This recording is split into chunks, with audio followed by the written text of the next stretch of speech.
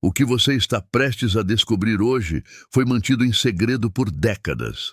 Escondido nos arquivos da família Jung, censurado pelos editores de suas obras completas, silenciado pela comunidade científica que tinha medo de que sua reputação fosse destruída. Mas a verdade sempre encontra seu caminho para a luz. E essa verdade vai mudar completamente tudo o que você pensa sobre a morte, sobre a consciência e sobre o que realmente acontece quando fechamos os olhos pela última vez.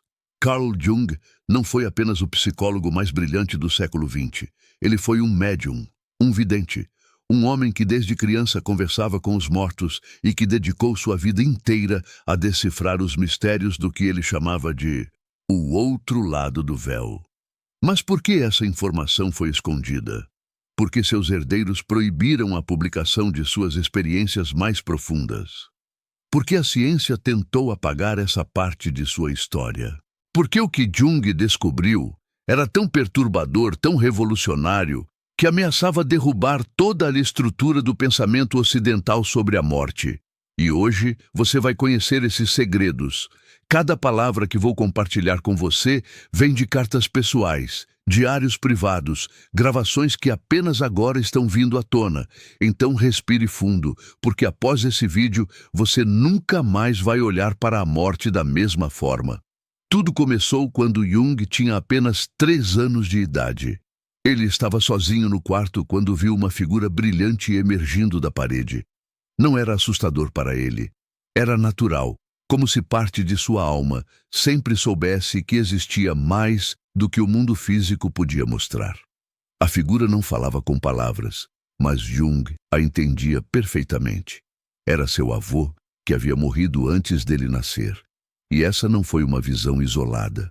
Foi apenas a primeira de centenas, talvez milhares de encontros com o que Jung viria a chamar de habitantes do mundo intermediário.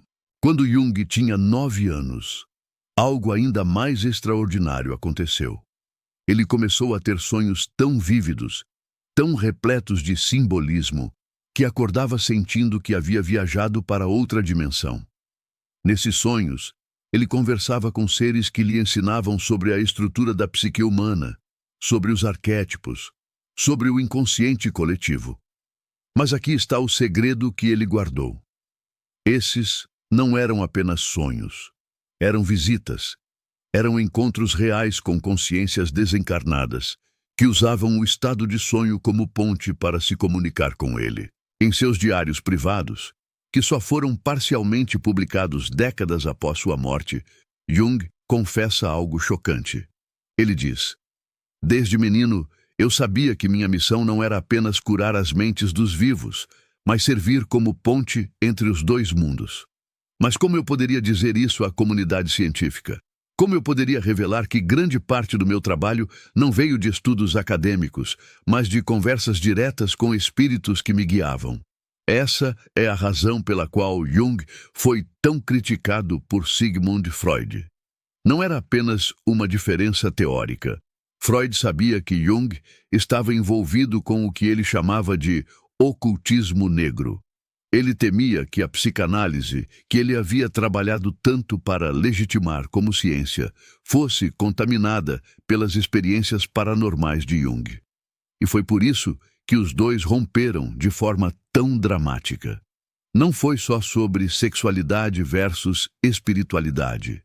Foi sobre manter ou não em segredo as verdadeiras fontes do conhecimento junguiano. Mas Jung não podia parar. Ele tinha visto demais, experimentado demais. Aos 22 anos, durante seus estudos de medicina, Jung participou de sessões espíritas com sua prima Helene Preiswerk, que era médium. E o que aconteceu nessas sessões marcou Jung para sempre. Helene canalizava uma entidade que se identificava como Ivenes, uma mulher que havia vivido no século XVIII. E Ivenes não apenas falava através de Helene, ela transformava completamente sua personalidade, sua voz, até sua postura corporal. Jung documentou tudo meticulosamente.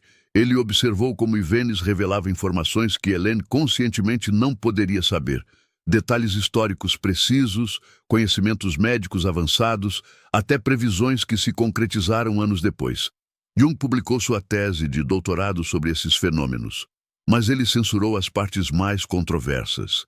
Ele omitiu as evidências mais fortes de que Ivenes era realmente um espírito independente, não apenas uma personalidade dissociada da psique de Helene. Por quê? Porque Jung já estava sentindo a pressão da comunidade científica. Ele sabia que se revelasse suas verdadeiras convicções, seria marginalizado, ridicularizado, destruído profissionalmente. Então ele criou uma estratégia genial. Ele desenvolveu uma linguagem que poderia explicar fenômenos espirituais em termos psicológicos, o inconsciente coletivo, os arquétipos, a sincronicidade. Tudo isso eram termos que ele usava como código para falar sobre realidades espirituais sem ser atacado pelos materialistas. Mas em suas conversas privadas, em suas cartas para pessoas de confiança, Jung era completamente direto. Ele acreditava na vida após a morte. Ele acreditava que a consciência sobrevive à morte do corpo. Ele acreditava que é possível comunicação entre vivos e mortos. E mais do que isso, ele acreditava que essa comunicação não é apenas possível, mas essencial para a saúde psicológica e espiritual da humanidade. Em 1916, algo aconteceu que mudou Jung para sempre. Sua casa, em Küsnacht, na Suíça, começou a ser invadida por presenças espirituais. Não era apenas Jung que percebia. Toda a sua família sentia. As crianças acordavam assustadas com figuras nas sombras. Sua esposa Emma via objetos se moverem sozinhos. A campainha da porta tocava sem ninguém do lado de fora. A atmosfera da casa era tão pesada, tão carregada de energia estranha, que até visitantes comentavam sobre a sensação opressiva. Jung tentou ignorar no início, mas os fenômenos se intensificaram. Uma noite, ele estava em seu escritório quando sentiu uma presença tão forte que se virou esperando ver alguém atrás dele. E viu. Não apenas uma figura, mas várias. Espíritos de soldados mortos na Primeira Guerra Mundial, que estava acontecendo naquele momento. Eles estavam confusos, perdidos, presos entre os mundos. E eles vieram até Jung porque de alguma forma sabiam que ele podia vê-los, ouvi-los, ajudá-los. E foi naquele momento que Jung tomou uma decisão que mudaria o curso de sua vida. Ele pegou papel e caneta e começou a escrever. Mas não era ele quem estava escrevendo. As palavras fluíam através dele, vindas desses espíritos que precisavam se comunicar.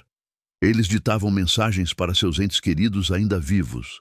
Eles pediam ajuda para cruzar para o outro lado. Eles revelavam segredos sobre a natureza da morte e do que vem depois. Durante 3 dias inteiros, Jung trabalhou como médium consciente, ajudando esses espíritos a se comunicarem. E o resultado desse trabalho foi um manuscrito que Jung chamou de Os 7 Sermões aos Mortos. Esse texto é absolutamente extraordinário. Ele é escrito como se fosse ditado por um espírito chamado Basílides, um gnóstico de Alexandria que viveu no 2º século depois de Cristo.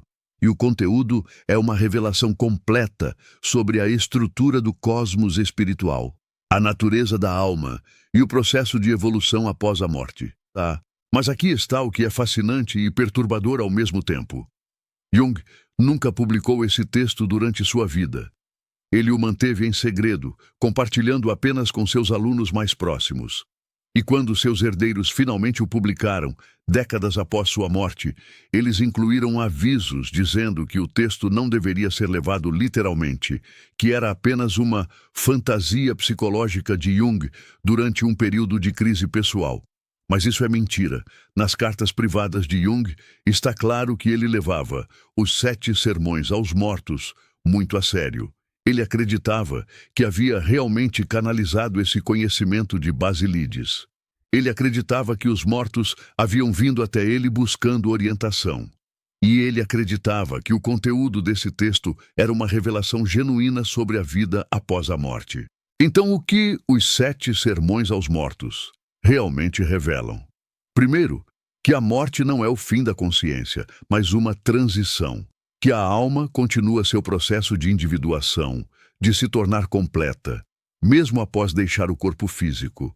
Segundo, que existe uma hierarquia de reinos espirituais, cada um correspondendo a diferentes níveis de consciência. Terceiro, que o destino da alma após a morte depende do grau de desenvolvimento psicológico e espiritual alcançado durante a vida física. Mas o mais importante, e isso é o que realmente assustou os censores, é que Jung revelou que a comunicação entre vivos e mortos não apenas é possível, mas é parte natural da psique humana. Que o véu entre os mundos é muito mais fino do que imaginamos. Que nossos entes queridos que partiram continuam conscientes de nós, continuam nos amando, continuam tentando nos guiar.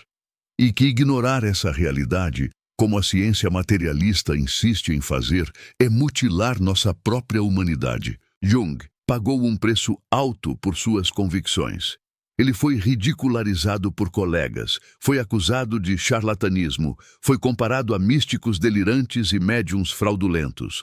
Mas ele não recuou, porque ele tinha certeza absoluta do que havia experimentado. Ele havia falado com os mortos, ele havia visto o outro lado, e ele sabia que sua missão era plantar sementes de verdade que um dia, quando a humanidade estivesse pronta, floresceriam.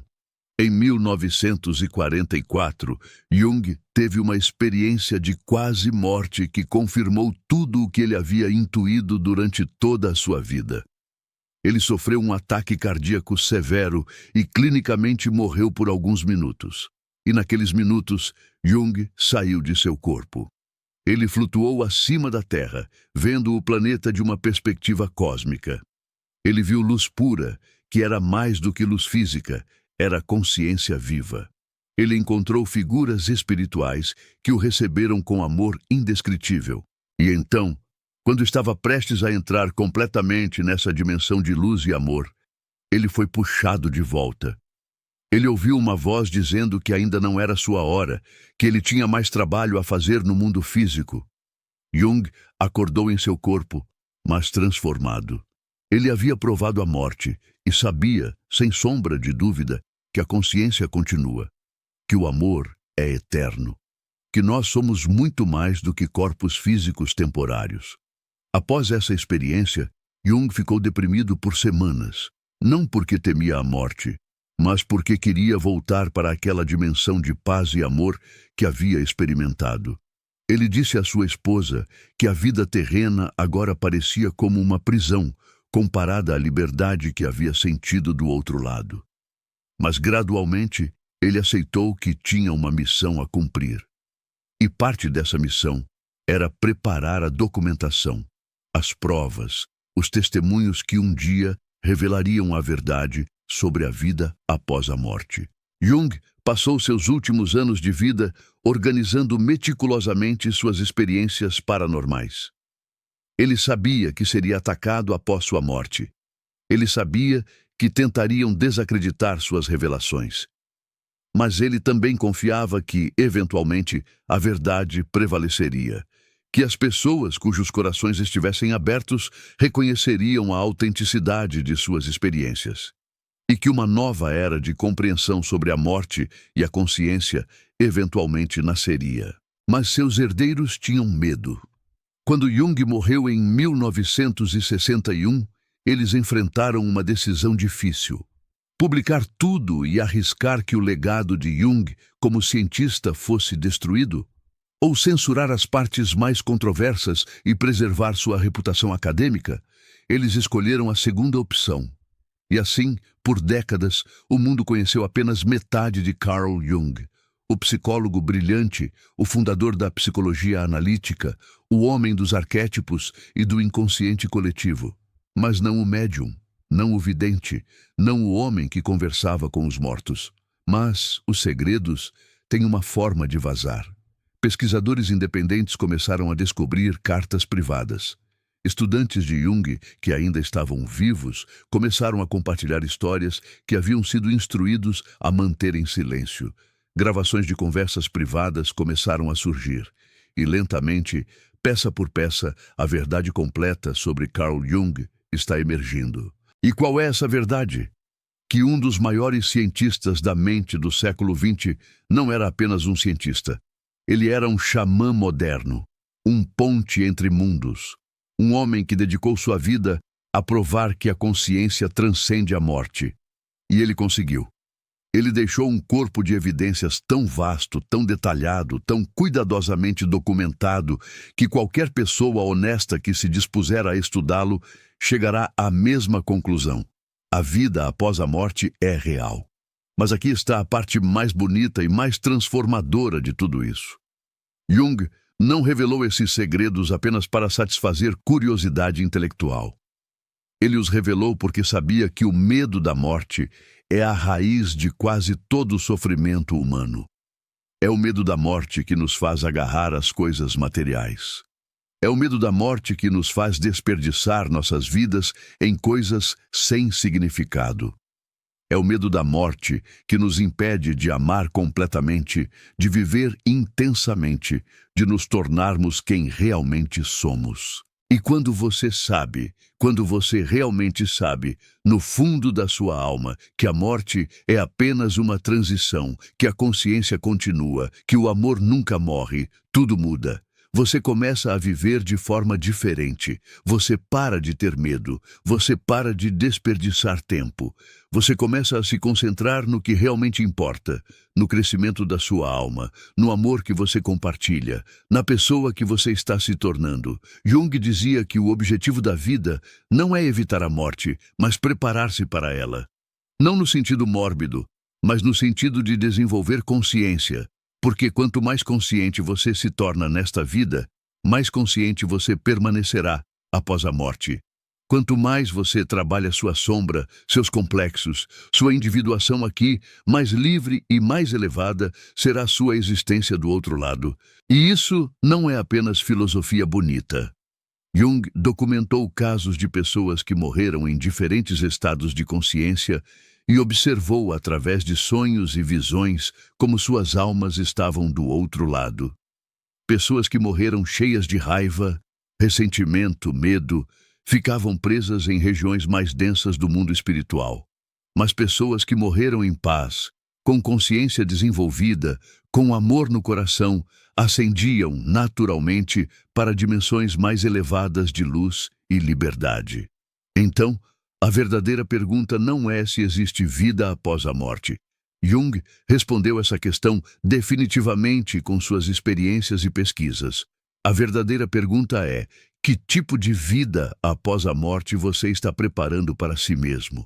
Que tipo de consciência você está desenvolvendo agora que determinará sua experiência no outro lado? Jung também revelou algo que poucas pessoas sabem: que nossos entes queridos que partiram continuam conosco de formas que não percebemos. Eles aparecem em nossos sonhos não como memórias, mas como visitas reais. Eles enviam sinais, sincronicidades, coincidências que não são coincidências. Eles tentam nos guiar, nos proteger, nos mostrar que o amor que compartilhamos nunca morreu. Mas a maioria de nós está tão distraída, tão desconectada da dimensão espiritual da realidade, que não percebemos essas comunicações. Jung ensinou técnicas específicas para abrir essa percepção. Trabalho com sonhos, imaginação ativa, atenção às sincronicidades. E quando você começa a praticar essas técnicas, algo extraordinário acontece. O véu começa a se tornar transparente. Você começa a perceber a presença dos que partiram. Você começa a receber mensagens, orientações, amor do outro lado. E aqui está algo que vai tocar profundamente seu coração. Jung descobriu que as pessoas que mais amamos em vida continuam nos amando após a morte, muitas vezes com ainda mais intensidade. Porque do outro lado, livre das limitações do ego e da personalidade terrena, a alma pode amar com pureza total. Então, se você perdeu alguém que ama, saiba isso. Eles estão conscientes de você agora mesmo. Eles sentem seu amor. Eles querem que você saiba que estão bem, que estão em paz, que vão se encontrar com você novamente. Jung também explorou a questão da reencarnação, e suas conclusões foram fascinantes. Ele acreditava que a alma pode escolher retornar à experiência física para continuar seu desenvolvimento, mas não de forma mecânica ou automática, como algumas tradições orientais ensinam. É uma escolha consciente, baseada no desejo da alma de crescer, de resolver questões não resolvidas, de alcançar níveis mais elevados de individuação. E ele documentou casos impressionantes de crianças que lembravam vidas passadas com detalhes que poderiam ser verificados historicamente. Casos que não podiam ser explicados por memória genética ou coincidência. Casos que provavam que a consciência individual realmente sobrevive e pode reencarnar.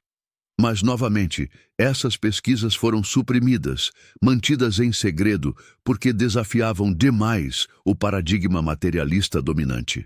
Agora, depois de tudo que você descobriu hoje, você pode estar se perguntando: por que isso foi escondido? Por que há tanto medo em torno dessa verdade? A resposta é simples, mas profunda. Porque se as pessoas souberem que a morte não é o fim, se souberem que são almas eternas, apenas temporariamente habitando corpos físicos, se souberem que existe justiça cósmica e evolução contínua da consciência, elas param de ter medo. E pessoas sem medo não podem ser controladas. O sistema inteiro da nossa civilização é construído sobre o medo da morte. Compre isso para se sentir seguro. Faça isso para prolongar sua vida. Obedeça a isso ou você morrerá. Mas quando você remove o medo da morte, quando você sabe que é eterno, tudo muda. Você se torna livre. Livre para viver autenticamente. Livre para amar completamente. Livre para se tornar quem você realmente é, sem medo das consequências. E é por isso que as revelações de Jung são tão perigosas para as estruturas de poder. É por isso que tentaram enterrá-las. Mas a verdade, como disse Jung, tem sua própria vontade.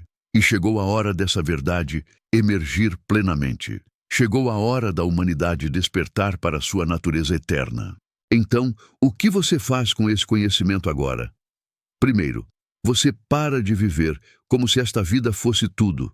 Você começa a fazer escolhas conscientes, sabendo que está construindo não apenas seu futuro terreno, mas seu futuro eterno. Segundo, você abre sua percepção para a dimensão espiritual da realidade. Você presta atenção aos seus sonhos, às sincronicidades, aos sussurros da sua alma. Terceiro, você vive com amor, porque amor é a única coisa que transcende todos os mundos, todas as dimensões, toda a eternidade. E, finalmente, você para de temer a morte. Não porque você quer morrer, mas porque você entende que a morte é apenas uma porta para a próxima fase da sua jornada eterna. Jung dizia que quanto mais você se torna consciente da morte, mais intensamente você vive. Porque cada momento se torna precioso, cada relacionamento se torna sagrado, cada experiência se torna uma oportunidade para crescimento da alma. Antes de encerrar, quero compartilhar com você as últimas palavras que Jung disse para um amigo próximo poucos dias antes de morrer. Ele disse: "A vida que vivi foi extraordinária, não pelos eventos externos, mas pelas jornadas internas que fiz. Eu vi o que está além do véu, e posso te dizer, não tenha medo. O amor é real, a consciência é eterna, e a jornada continua para sempre em espirais ascendentes de beleza e verdade." Essas palavras foram sussurradas com sua última energia, com a certeza absoluta de alguém que sabe, que viu, que experimentou.